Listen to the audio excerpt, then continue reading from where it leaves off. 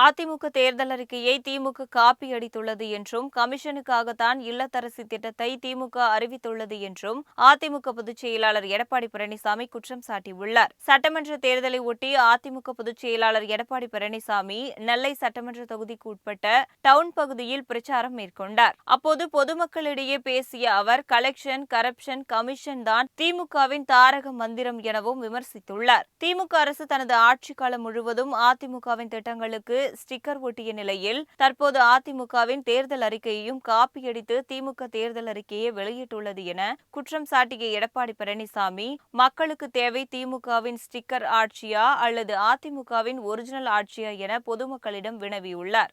அதிமுக சார்பில் தேர்தல் அறிக்கையில் குடும்பத்துக்கு 10,000 ரூபாய் வழங்கப்படும் என்றும், நேரடியாக பணமாக வழங்குவோம் என்று தற்போது ஸ்டாலின் 8,000 ரூபாய்க்கு ஒரு கூப்பன் கொடுக்கிறேன், நீங்கள் போய் பொருள் வாங்கலாம் என்று கூறுவதாக எடப்பாடி பழனிசாமி விமர்சித்துள்ளார். 8,000 ரூபாய்க்கு திமுக காரர்கள்தான் டோக்கன் கொடுப்பார்கள், அதுவும் கமிஷன் வாங்கிட்டுதான் கொடுப்பார்கள் என விமர்சித்த எடப்பாடி பழனிசாமி, ஆனால் அதிமுக மக்களின் வங்கிக் கணக்கில் நேரடியாக 10,000 ரூபாய் போய் சேர்க்கும் எனவும் கூறியுள்ளார்.